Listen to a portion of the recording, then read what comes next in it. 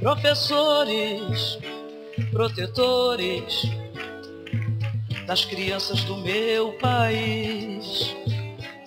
Eu gostaria de um discurso bem mais feliz. Júlio Viana, me conta um pouco da tua atuação no movimento sindical aqui no Mato Grosso. Bom, eu quando vim para o Mato Grosso, em 1982, antes eu trabalhava na construção rodoviária, e a minha intenção era se instalar num município, uma cidade que estivesse iniciando a sua implantação, e escolhi Itaúba, lá no Nortão.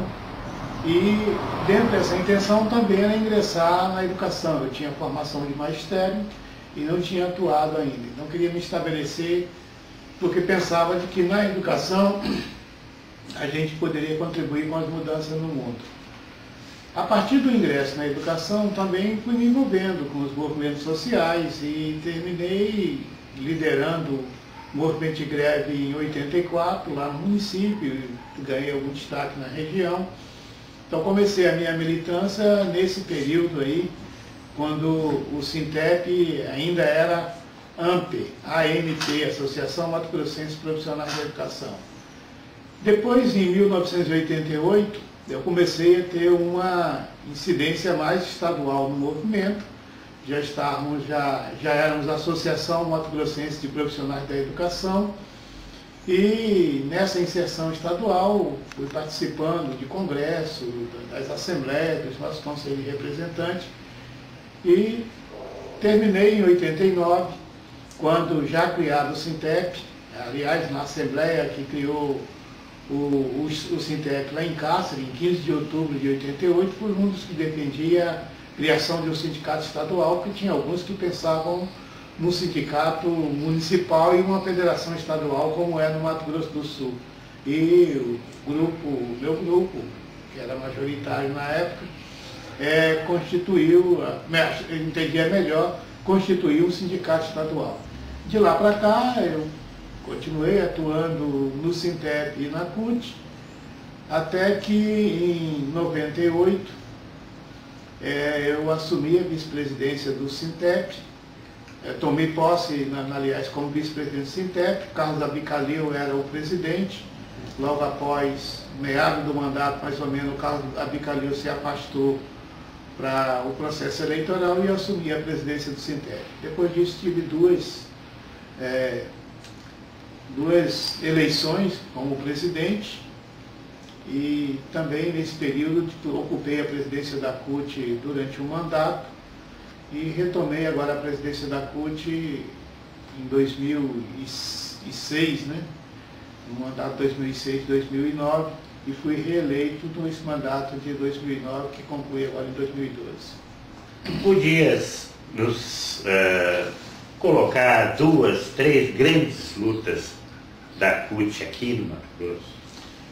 Bom, eu poderia separar aí em 2 momentos, né? A gente teve primeiro no momento ali da década de 80, final da década de 80, início da década de 90, os movimentos quanto os planos econômicos, o plano verão, o plano Bresser, onde o momento que nós tivemos as greves gerais foi um momento bastante marcante da CUT aqui em Mato Grosso. E mais recentemente, onde a luta da gente tem sido muito em função do combate ao trabalho escravo, da organização dos trabalhadores no campo e na cidade, mas como diz lá no Nortão, as estradas de Mato Grosso têm muita curva e em cada curva tem um toco. Então a gente tem que estar sempre atento a essa questão, porque agora também não pode se intimidar.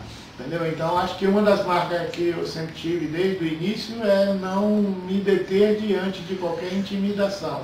E sempre buscar tornar público essas ameaças ou qualquer coisa para que a gente possa fazer um enfrentamento no contexto da sociedade. Eu diria que isso é fundamental para o enfrentamento que a gente tem em algumas regiões.